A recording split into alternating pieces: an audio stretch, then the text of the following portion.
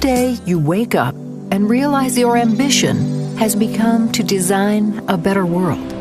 And from that point forward, you see your life's work in a whole new way. You create, you conceptualize, you fashion, you form. You give shape, space, and ideas a life of their own.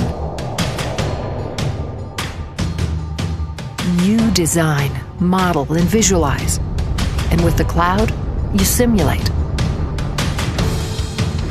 You use automation to turn the ordinary into the extraordinary.